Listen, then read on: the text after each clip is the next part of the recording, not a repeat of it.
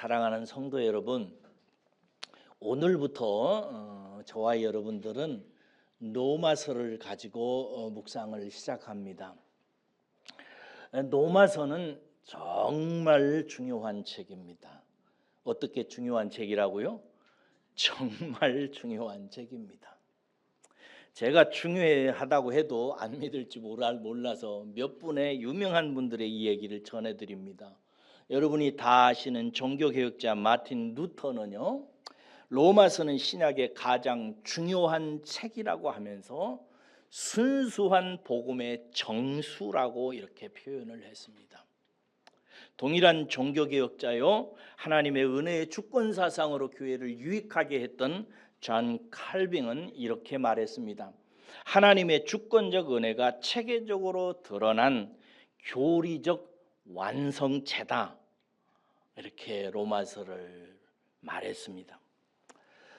청교도로서 18세기 미국의 가장 위대한 설교자로 널리 알려진 조나단 에드워드라는 분은 이렇게 말했습니다. 의롭게 하시는 하나님의 교리를 별처럼 명료하게 제시했다라고 말했습니다.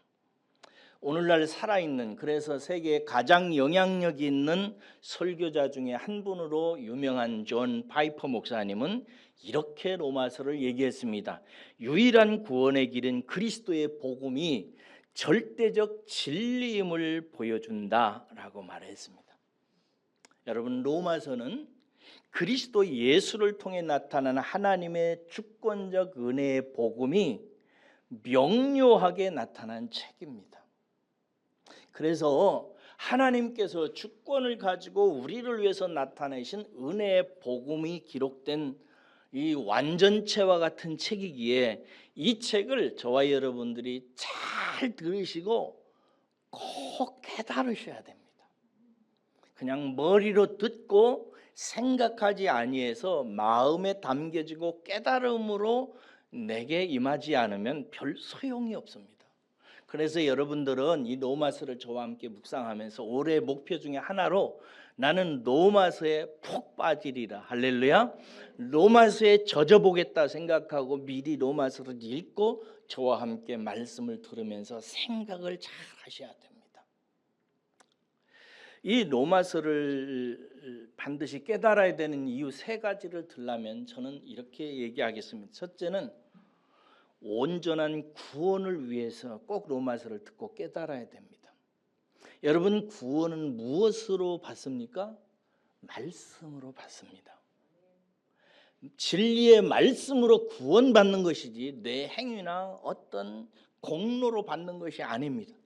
오직 기록된 말씀으로 구원을 받습니다. 그런데 구원을 받기에 가장 좋은 말씀이 로마서입니다. 로마서를 듣고 깨달아서 받은 구원은 완전한 구원입니다.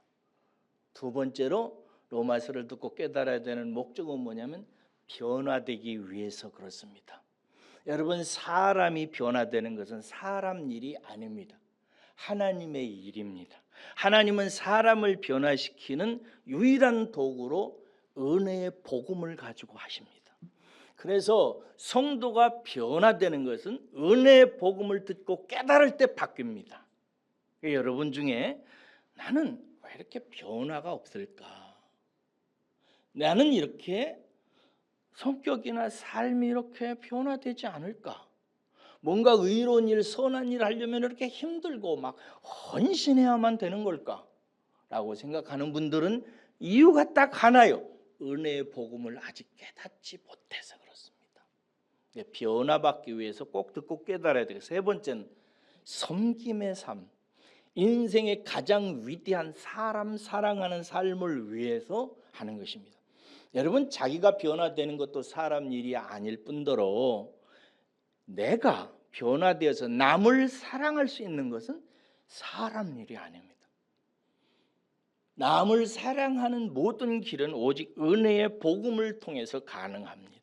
하나님께서 그래서 사람을 온전한 구원으로 거듭나게 하시고 거듭난 그를 예수 그리스도를 닮은 사람으로 변화시키고 변화된 그를 통해서 예수님처럼 사람을 사랑하는 인생으로 부르시기 위해서 우리에게 주신 복음이 있으니 은혜의 복음이요. 이 은혜의 복음이 완성체로 기록된 것이 로마서입니다. 그러므로 여러분 이 로마서를 읽고 온전한 구원과 성숙과 섬김의 삶이 여러분의 삶이 되시기를 주의 이름으로 축복합니다. 예, 그러므로 여러분 로마서는 책은 복음입니다. 로마서는 뭐라고요? 복음이에요. 여러분 복음이라고 하는 말을 헬라어로 유안겔리온이라고 말하는데 복음이라고 하는 이 유안겔리온이라고 하는 언어의 뜻은 뭐냐면은 기쁜 소식, 좋은 소식이라는 뜻입니다. 하나님께서 인생에게 주신 좋은 소식이 많아요. 사람들이 기뻐하는 좋은 소식이 많습니다. 그러나 우리가 꼭 들어야 되는 기쁜 소식은요, 하나님이 들려주신 기쁜 소식입니다.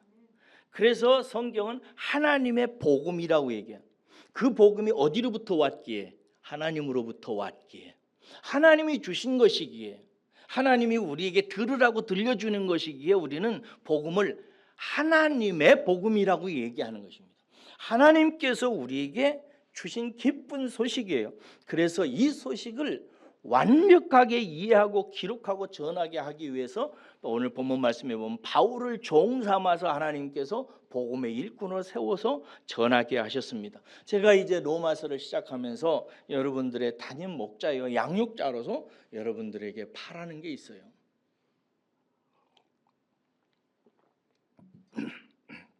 꼭 하고 싶은 말씀이 있어요. 그것은 뭐냐면 여러분은 죄송합니다. 여러분은 하나님이 전해주시는 하나님의 이 기쁜 소식, 하나님의 복음을 듣고 깨달으시기를 주의 이름으로 축원합니다. 저는 그걸 소망합니다. 그리고 여러분들이 기억해야 될 여러분의 정체성이 있습니다.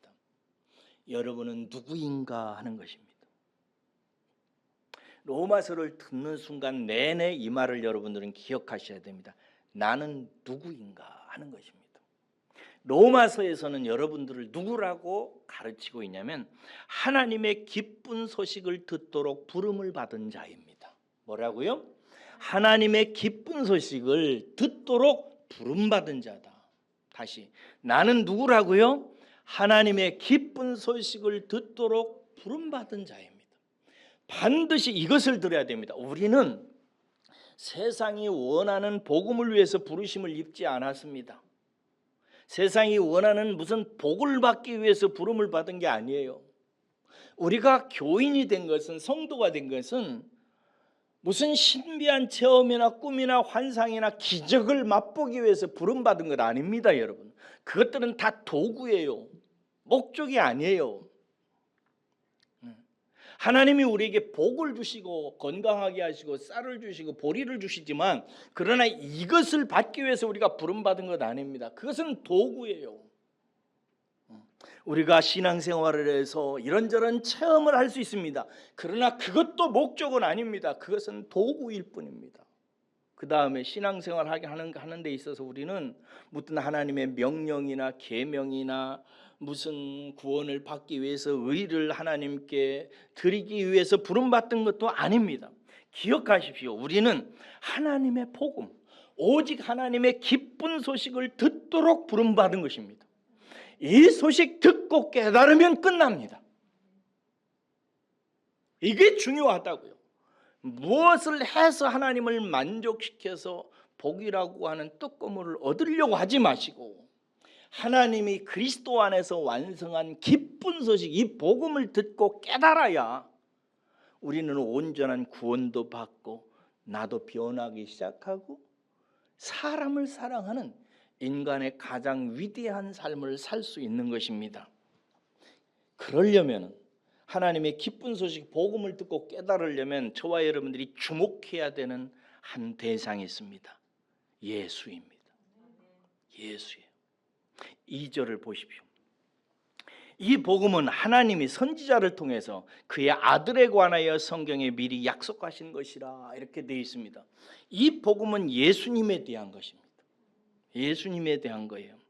존 파이퍼라고는 앞서 말씀드린 현대 살아있는 가장 영향이 있는 설교자 중에 한 분인 존 파이퍼는 하나님은 당신의 영광을 풍성히 드러내기 위해서 그리스도를 사용하셨다 이렇게 얘기했습니다.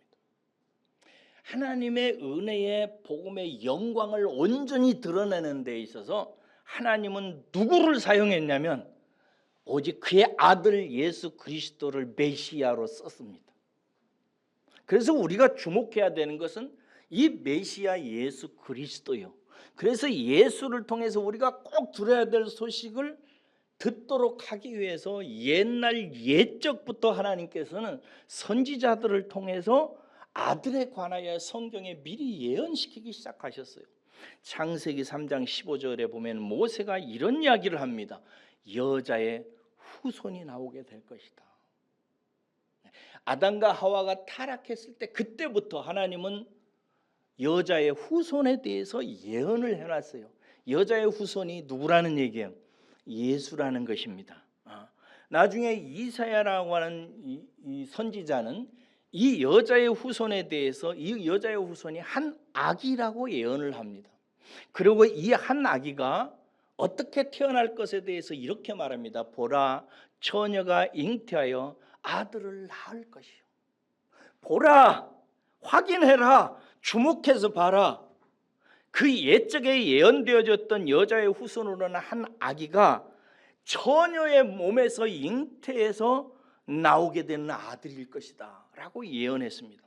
그리고 53장에서 이사야서는 이렇게 또 좀 자세히 얘기합니다. 그는 연한 순 같아서 너무나도 연약하고 흠모할 만한 것도 없었다. 그는 사람에게 버림을 받게 되고 나중에 처참하게 고난을 당하는 이야기를 합니다. 이 고난에 대해서 스가랴서는 12장 10절에서 그 메시아가 찔려 죽임을 당할 것에 대해서 얘기합니다. 이 메시아가 드디어 세상에 오게 됐을 때 하나님께서는 천사를 보내셔서 베들레헴 들녘에 있는 목자들에게 말합니다. 봐라, 확인해봐라. 내가 온 백성에게 미칠 큰 기쁨의 좋은 소식을 너에게 전한다 라고 말씀하시면서 오늘 다윗의 동네에 너희를 위하여 구주가 나셨으니 그리스도 주시니라 이렇게 얘기해서 하나님께서 우리가 듣고 구원받고 변화받고 위대한 인생을 살기 위해서 우리에게 들려주신 소식은 예수 그리스도에 대한 관한 거예요. 그래서 구약을 설명을 붙이면 예수님이 오실 것을 말씀하신 책이고 신약은 오신 예수님에 대해서 말씀하신 거예요. 구약은 오실 예수님에 대해서, 신약은 오신 예수님에 대해서 기록한 책이 성경입니다. 우리는 그래서 우리의 구원과 변화와 이 모든 것들을 위해서 예수님을 주목하셔야 됩니다. 저와 여러분들의 인생이 태어나서 죽을 때까지 이제 지금부터 여러분들이 하나님 품에 갈등과 아니 영원까지 우리의 가슴에 가장 주목해야 될 대상은 예수입니다. 하나님은 예수를 통해서 당신을 보여주시고 예수를 통해서 하나님이 어떤 분이신지를 알게 하시고 예수를 통해서 우리가 어떻게 하나님의 형상으로 날로 변화되어지는 것을 영원히 그의 아들을 통해서 계시하시고 가르치시고 우리를 양육해 가십니다. 그래서 우리는 영원토록 하나님의 메시아인 그리스도 예수를 주목하도록 부름을 받은 사람입니다.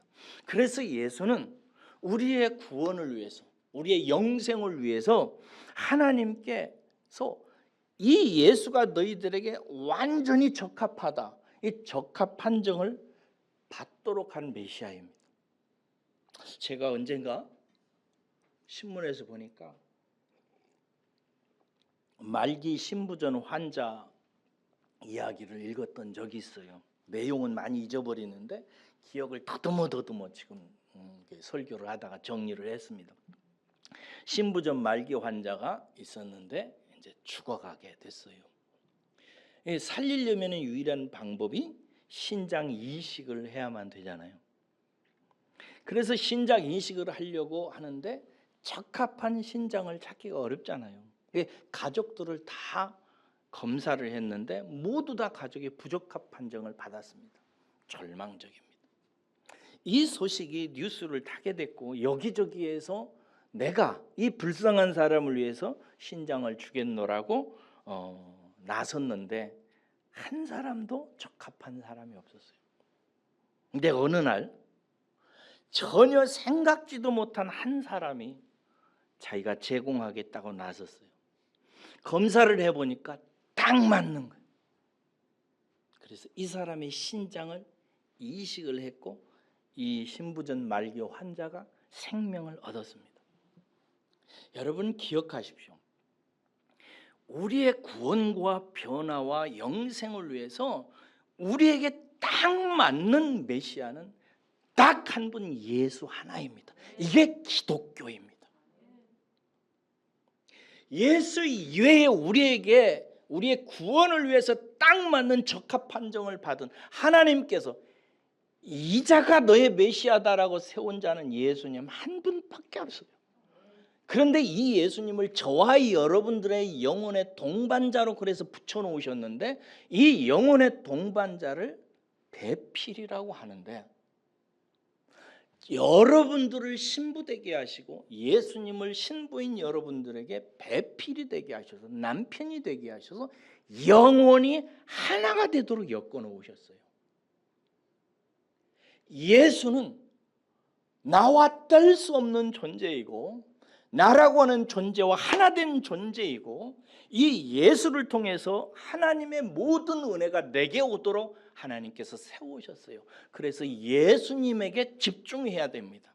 그래서 하나님께서는 우리의 구원과 변화와 위대한 인생을 위해서 영원전부터 계획하신 메시아 예수 그리스도를 선지자를 통해서 예언해서 마침내 다윗의 동네에 예수가 나셨을 때 너희들은 가서 이 큰 기쁨의 좋은 소식을 전하라 라고 말씀하셨는데 이것이 복음인 것입니다. 아들 예수 그리스도를 통해서 하나님께서 나타나신 하나님의 이 복음입니다. 그러면 여러분 예수가 우리에게 어떻게 딱 맞는가? 그 얘기를 여러 성경에서 말하지만 여러 성경에서 나에게 딱 맞는 죄인에게 딱 맞는 예수 그리스도 메시아 되심을 제공하는 모든 증거들 중에 핵심 코어 고갱이와 같은 근거가 오늘 본문 말씀에 나와 있습니다. 3절과 4절입니다. 3절과 4절 읽겠습니다. 시작. 그의 아들에 관하여 말하면 육신으로는 다윗의 혈통에서 나셨고 성결의 영으로는 죽은 자들 가운데서 부활하사 능력으로 하나님의 아들로 선포되셨으니 곧 우리 주 예수 그리스도시니라 이렇게 되어 있습니다. 여기에 두 가지 진리를 주목하셔야 돼요. 하나님께서 예수님을 우리에게 딱 맞는 그리스도 메시아로 보내신 것은 두 가지 근거를 우리에게 제공해 줍니다. 하나는 뭐냐면 그분은 육신으로 말하면 사람이라는 것입니다. 예수님은 누구라고요? 사람으로 오셨어요. 그 증거가 뭐냐? 다윗의 혈통을 통해서 태어났어요. 하나님이 이거 증명하는 거예요. 그분은 하나님인데 사람의 몸을 입고 오신 사람이에요. 육신으로 보면. 두 번째는 뭐냐면 그런데 그분은 하나님의 아들로서 하나님 그분이에요. 이게 그 다음에 4절에 나와 있는 말 성결의 영은 거룩한 영이라는 뜻이죠. 거룩한 영으로는 죽은 자들 예수님이 죽으시잖아요. 나중에 죽은 자 가운데서 부활하셨어요. 사람은 부활할 수 있어요 없어요? 사람은 부활 못해요. 나중에야 이제 부활하게 되죠. 이 세상에 육신을 가지고 와서 죽었다가 다시 부활하신 분은 오직 하나님의 아들이요 하나님 그분이신 예수님 뿐이에요. 그래서 그분이 죽으시고 부활하심으로 말미암아 예수가 사람인 동시에 똑같이 그분이 하나님이라고 하는 사실을 우리에게 증거해 줘 보여주는 거예요. 이게 왜 중요하냐? 여러분 예수님은 사람이시기에 사람을 대표하고 사람의 사정을 알고 사람을 불쌍히 여기고 사람과 하나 될 수 있어요. 이게 사람 되신 이유예요. 두 번째, 그러나 그분이 단순히 사람이기만 하면, 그래서 우리와 함께 연합되어지고 우리의 사정을 알고 우리를 불쌍히 여기고 우리를 대표한다고 해도 그분이 사람에 불과하면 아무것도 할 수 없어요. 그분은 하나님이셔야만 돼요. 그래야 우리의 문제를 풀어낼 수 있어요.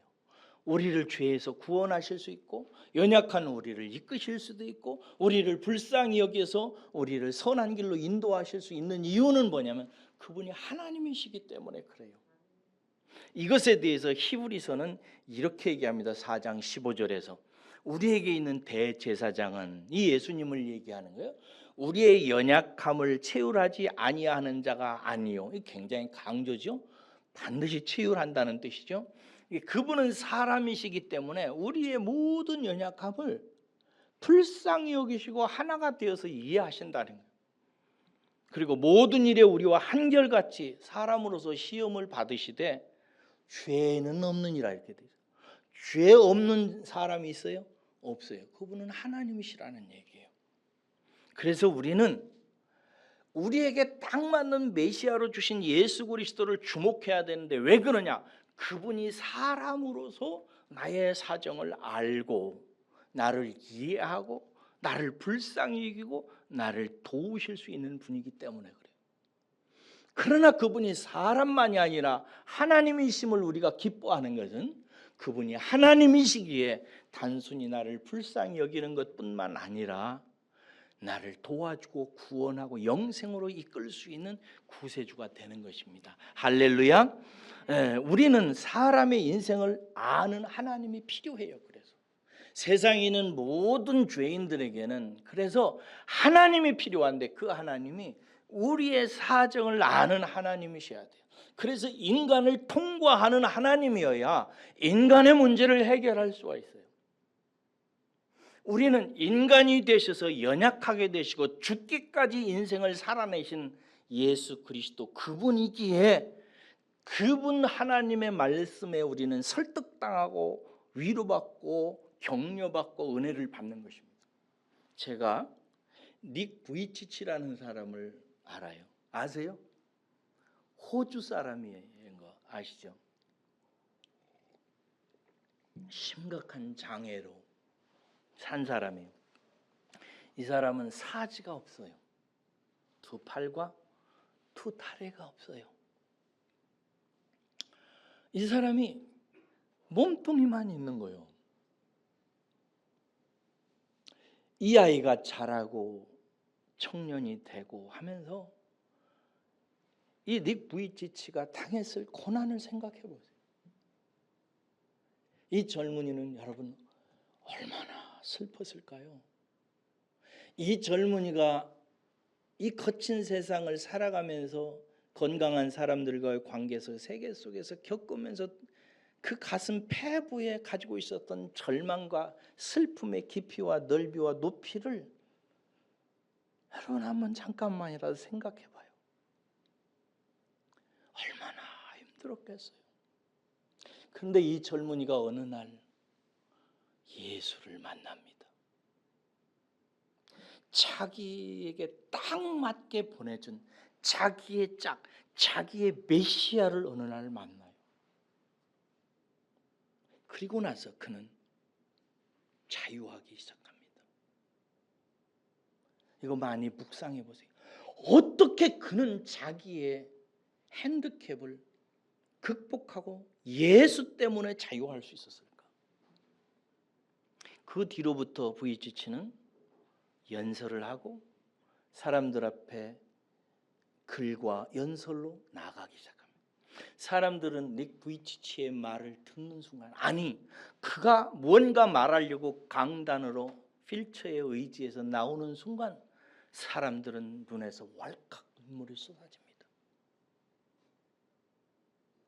닉 부이치치라는 사람, 깊은 고난과 절망을 통과한 한 인간을 보는 순간 사람들은 위로받기 시작하고 사람들은 치유받기 시작하고 그가 하는 말에 주목하기 시작하고 그가 하는 모든 말이 거짓이 아니고 참이라고 하는 사실을, 그가 이야기하는 기쁨이 진짜라는 사실을, 그가 누리는 자유를 참 자유라고 믿고 그가 말하는 평강에 대해서 귀 기울이기 시작합니다.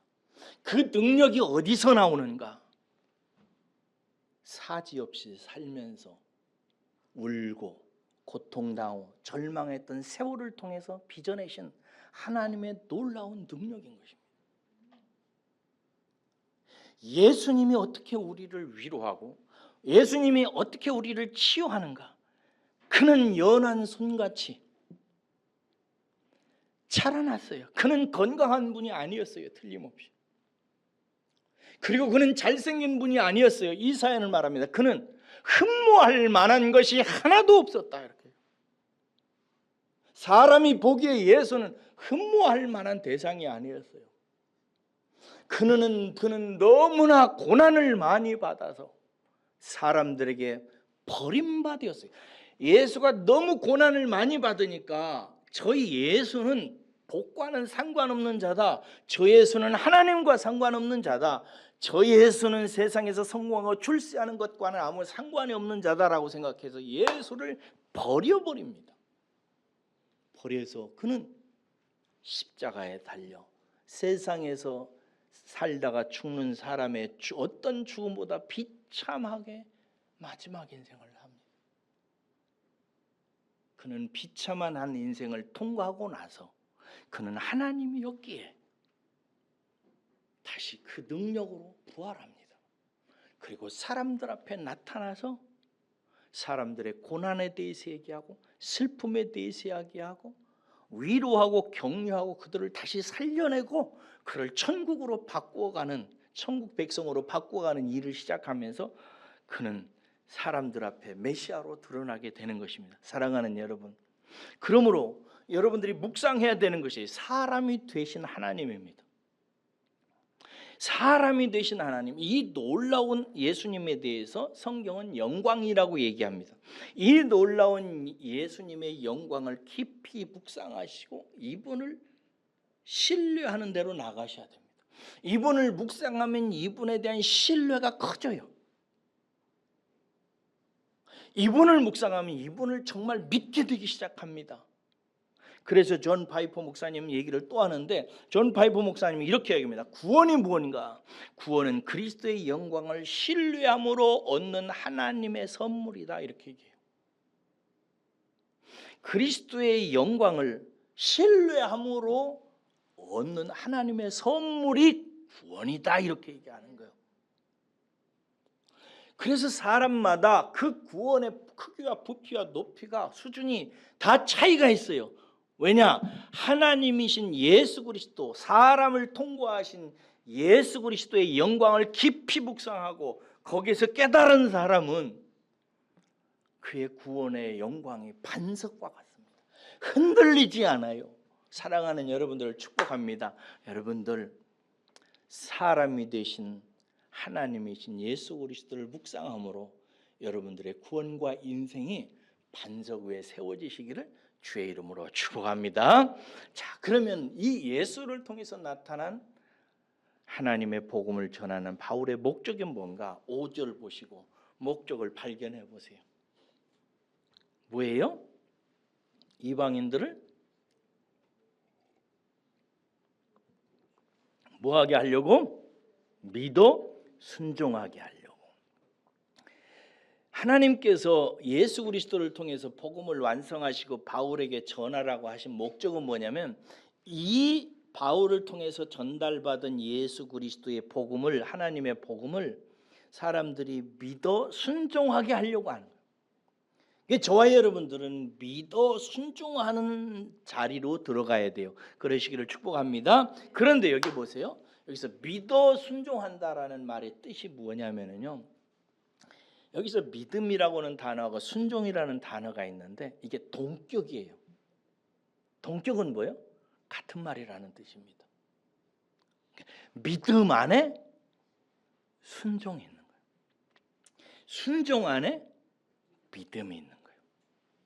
그러니까 믿는 자는 순종하는 것이고, 어떤 성도가 예수 그리스도께 순종하는 것은 무엇 때문에 그런 거예요? 믿기 때문이라는 뜻입니다. 믿음 따로 순종 따로 아니라는 거예요. 믿는 사람은 순종하고, 어떤 성도가 하나님께 예수님의 말씀에 순종한다는 것은 그가 믿는 증거가 되는 것입니다. 이게 믿음은 원인이고 순종은 결과요. 그 결과인 순종을 보니 그가 믿기 때문이라는 사실을 드러내는 것입니다. 사랑하는 여러분, 이 믿음의 참 증인으로 세운 사람이 아브라함이죠. 믿음의 조상이죠. 아브라함이 완전한 믿음을 보이는 수준까지, 이제 처음은 그렇게 되지 않잖아요. 처음에는 의심도 하고 이러다가 나중에는 이삭 사건을 통해서 이제 믿음의 완전한 경지까지 이르게 되는데, 아브라함이 믿음의 완전한 경지에 이르렀을 때 아브라함이 보여준 믿음이 뭐였어요? 하나님이 어느 날 내 사랑하는 독자 아들 이삭을 내가 지시할 땅으로 가서 번제로 드리라 라고 말씀하셨을 때 아브라함이 어떻게 했어요? 즉시 순종하여 아침 일찍이 일어나 아들을 데리고 모리아 산으로 가서 그를 죽여서 하나님께 번제로 드리려고 합니다. 이게 믿어 순종하는 것입니다. 하나님의 말씀을 믿는다는 것은 곧 행동으로 나타난다는 것을 말하는 것입니다. 오늘날 성도들이, 한국 교인들이, 그리고 세계 교인들이 나는 예수님 믿어요, 나는 하나님 말씀 믿어요 라고 많이 말합니다. 그러나 순종하는 사람은 그렇게 많지 않습니다. 주님께서 말씀하십니다. 너희들은 어찌하여 나를 주여 주여 하면서 내 말은 따르지 아니하느냐. 너희들 말로 나를 주님이라고 한다. 그럼 너희들은 종 아니냐. 주여 주여 하면서도 왜 종으로서 주인의 말을 듣지 아니하느냐라고 말합니다. 참다운 믿음은 여기까지 가는 것입니다. 물론 아브라함이 처음에는 그렇게 하지를 못했습니다. 처음에는 곧바로 가나안 땅에 오지도 않고 하란이라는 곳에 가서 버티다가 아버지 죽고 나서야 하란으로 움직이죠. 그리고 나중에 자식에 대한 약속이나 이런 것도 믿는다고 하지만 흔들리잖아요. 그래서 로마서 1장 17절에 가면 이런 말씀이 있습니다. 하나님의 복음은 믿음으로 말미암아 믿음으로 믿음에 이르게 하나니. 복음에는 하나님의 의가 나타나서, 정확히 말하면 워딩이 이렇습니다. 복음에는 하나님의 의가 나타나서 믿음으로 믿음에 이르게 하나니. 이게 처음 믿음은 우리 같은 비슷한 믿음이고, 나중에 믿음에 이르게 한다는 건 아브라함 같은 믿음으로 우리를 자라게 한다는 거예요. 사랑하는 여러분, 도대체 복음이 뭐기에 사랑하는 아들을, 독자 아들을, 짐승을 잡아서 제사 드릴 때 드리는 칼로 아들을 잡아서 하나님께 드리려고 행동한단 말입니까? 이런 사상이나 이런 이념이나 이런 철학이나 이런 사랑을 세상에서 본 적 있습니까? 없어요. 누가 사랑하는 독자 아들 이삭을 칼로 목을 쳐서 번제로 태워서 무엇을 한단 말입니다. 이게 사람이에요? 이게 사람의 일이에요? 그런데 여러분, 복음에는 하나님의 의가 나타나서 그 의에 부딪힌 사람은 비록 처음에는 부족했을지라도 차츰차츰 믿음에서 믿음에 이르게 만들고야 만다는 것입니다. 할렐루야. 그렇다는. 사랑하는 여러분, 제가 언젠가 읽은 책 중에 아프리카 선교자 가족 이야기가 있는데, 이 선교사님은 자이르 공화국에 가서 선교했어요. 그의 아들이 필립이었는데 함께 숲속에서 놀다가 아버지가 보니까 이 필립이 위험에 처해 있는 거예요. 그래서 갑자기 외칩니다. 필립, 빨리 땅에 엎드려. 그러자 이 아들 필립이 아빠의 말을 듣고 아무것도 모르는 상태에서 바닥 납작 엎드려 버립니다. 그때 엎드리는 아들 머리 위로 커다란 뱀이 입을 벌리고 휙 지나갑니다. 이 필립이라고 하는 아들은 눈으로 보지도 않았고 자기가 어떤 상태인지도 알지도 못했고 아무것도 몰랐지만 아버지가 긴급하게 필립 엎드려라고 하니까 그 아버지의 말에 즉시 엎드려 버립니다. 그것이 믿음이라고 그 선교사는 얘기합니다. 도대체 얼마나 아빠를 믿기에 왜요? 하지 않고 무슨 일인데요? 하지 않고 묻지도 아니하고 그냥 그 자리에서 엎드렸을까요?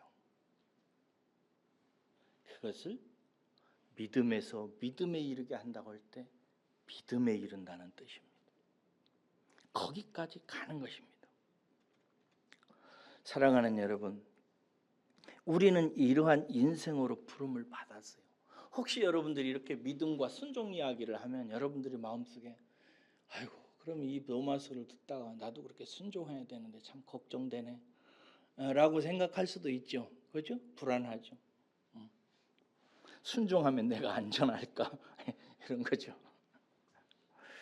거기 7절 보겠습니다. 7절 보겠습니다. 로마에서 하나님의 사랑하심을 받고 성도로 부르심을 받은 모든 자에게 하나님 우리 아버지와 주 예수 그리스도로부터 은혜와 평강이 있기를 원하노라 라고 인사를 마무리합니다. 여러분, 하나님의 의의 복음, 은혜의 복음을 듣도록 부르심을 받아서 믿어 순종하는 데까지 이르러 가는 모든 성도의 가슴속에 천착되어져 가는 게 있습니다. 하나님이 주시는 선물이 있어요. 그게 뭐냐? 은혜를 자꾸 주세요.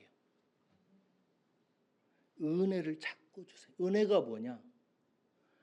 모든 것을 불신하는 한 인생에 하나님을 믿어져 가는 것이 진정한 은혜입니다. 이거 기억하셔야 돼요. 최고의 은혜는 뭐냐? 하나님이 믿어지는 것입니다. 그래서 하나님의 말씀하시면 필립처럼 즉시 따르기 시작하는 것입니다. 이게 은혜입니다. 성경이 우리에게 주려고 하는 은혜, 성경이 우리에게 깨닫고 알라고 설득하는 은혜 중에 은혜는 뭐냐? 하나님이 믿어지는 거예요. 하나님의 말씀이 믿어지는 거예요. 그래서 하나님 말씀이 즐거워져. 그래서 하나님이 말씀하시면 순종하려고 하고 안 되면 하나님께 자꾸 순종할 수 있는 힘을 달라고 기도해요. 이게 하나님께서 주시는 은혜를 받은 사람들의 모습이에요. 그런데 이렇게 하나님의 은혜를 받아서 하나님을 믿고 살게 되면 그에게 위험이 닥치고 그가 곤란한 일을 당하고 절망을 당하고 눈물을 흘리느냐? No! 그의 안에 평강이 깃들기 시작해요.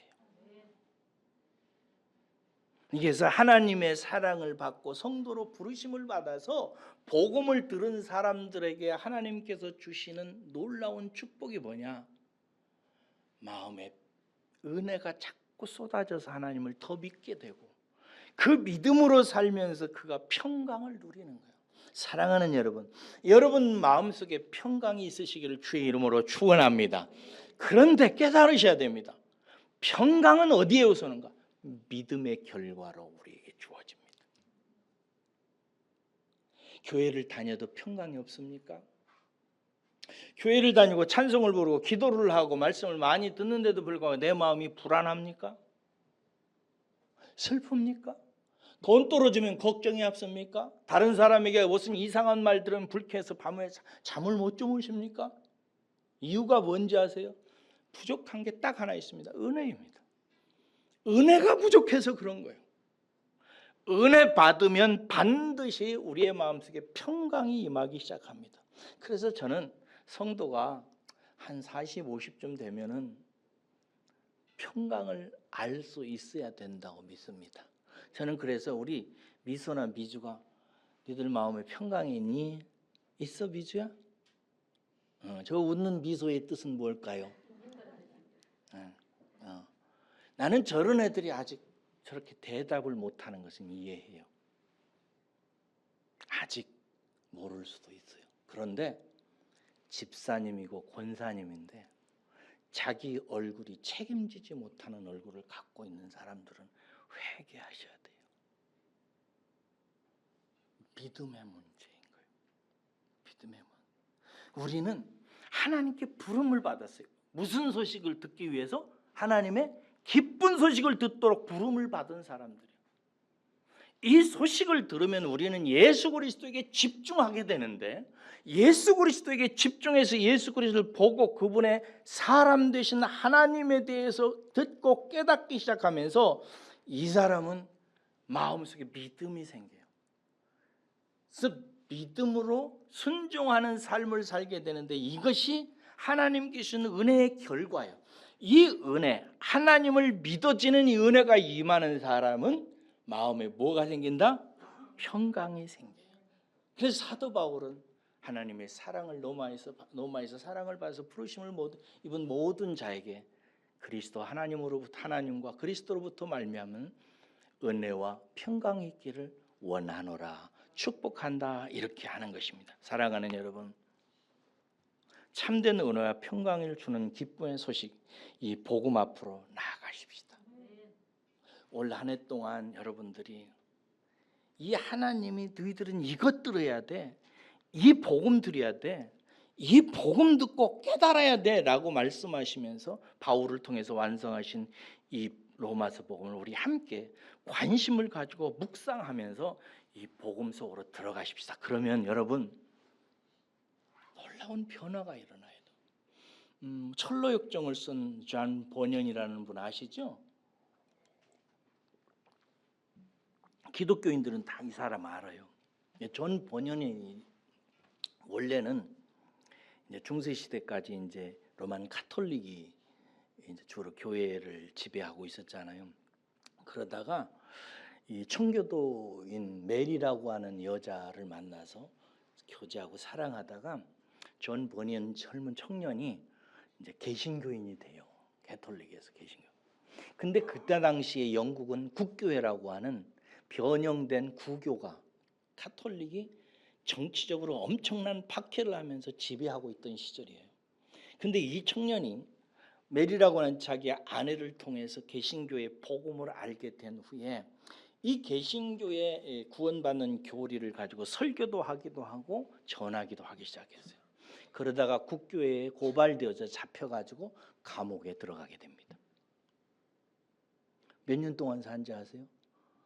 12년 동안 감옥에서 삽니다. 이 젊은이가 하나님의 구원 방식을 개신교를 통해서 얻고 그것을 전했는데 그 결과가 12년 감옥살이가 되었으니 이 젊은이가 얼마나 힘들었겠어요. 이 젊은이가 감옥 속에서 자기가 가지고 있는 모든 지식과 성경 지식에 대해서 다 의문을 품습니다. 다 넘어져 버렸어요. 다 쓰러져 버립니다. 감옥 속에서. 그러다가 나중에는 우울증이 걸려요. 우울증 아시죠? 우울증에 이 젊은이가 걸립니다. 그런데요, 어느 날 로마서를 읽다가, 복음을 읽고 예수에 집중해서 읽다가 이 존 버년이 하나님의 은혜를 받기 시작해요. 은혜를 받고 나서 그가 매일 찬송하며 하나님 앞에 기뻐 뛰다가 제일 첫 번째로 책을 한 권 쓰는데 그 책 제목이 죄인의 괴수에게 넘치는 하나님의 은혜라는 책입니다. 자기를 뭐라고 표현해요? 죄인의 괴수. 죄인의 괴수에게 넘친 하나님의 은혜 책을 써요. 그리고 나중에 여러분이 잘 아는 철로 역정을 써서 수많은 성도들이 고난과 어려움 속에서 천성을 향해 가는 성도들에게 나침판이 되고 계단이 되는 그런 놀라운 책을 써서 많은 사람들에게 유익을 끼치죠. 여러분, 존 버년이 이전에는 성경을 몰랐다고요? 알았어요. 존 버년은 그 전에 복음을 몰랐나요? 알았어요. 예수를 안 믿었나요? 믿었어요. 그래서 설교까지 했어요. 그런데 여러분, 고난 앞에서 존 버녀는 모든 것을 다 쏟아버리는 의문자가 되었고 우울증 환자가 되었습니다.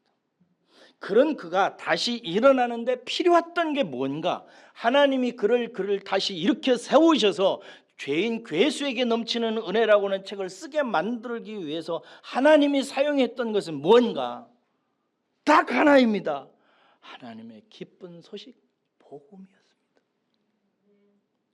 성도라면 누구나 다 복음을 안다고 생각합니다. 여기 있는 여러분 모두 다 복음을 안다고 스스로 생각할 것입니다. 그런데 존 버년의 복음은 모든 의심을 깨치고 우울증을 낫게 하고 죄인 괴수에게 넘치는 은혜를 노래하고 찬송하고 전하게 만들었는데, 우리가 알고 있는 복음은 우리의 슬픔을 이기지 못하고 우리의 고난을 해석하지 못하게 만들고 우리를 자라게 하지도 못하고 나를 변화시키지도 못하는 복음이라면 이게 진짜 복음이 맞는가? 라고 생각해 보셔야 됩니다. 여러분들이 알고 있는 복음은 아들 예수 그리스도를 통해서 빚어내서 바울이 완성해서 이방인들에게 전하게 해서 이방인들이 듣고 기뻐 뛰게 만든 그 복음 맞습니까? 만약 그게 복음이 맞다면 여러분 확실한 구원을 받았어야 되고요. 여러분들은 변화되어야만 하고요. 여러분들은 사람을 사랑하는 일을 인생의 목표로 삼고 나가야 되고요. 하나님의 말씀을 믿어 순종하는 삶으로 변화되어져 가고 있어야 됩니다. 그렇지 않다면 하나님이 들려주신 기쁨의 소식, 바울로 하여금 정리해서 우리에게 전달해 준 그 복음과는 조금 관계가 없습니다. 그러므로 사랑하는 여러분, 우리 다시 복음 앞으로 나가십시다. 다시 복음이 무엇인지를, 하나님이 큰 기쁨의 소식이라고 말씀하시는 그 복음이 무언가 하는 문제를 가지고 다시 복음 앞으로 나가십시다. 할렐루야. 기도하겠습니다.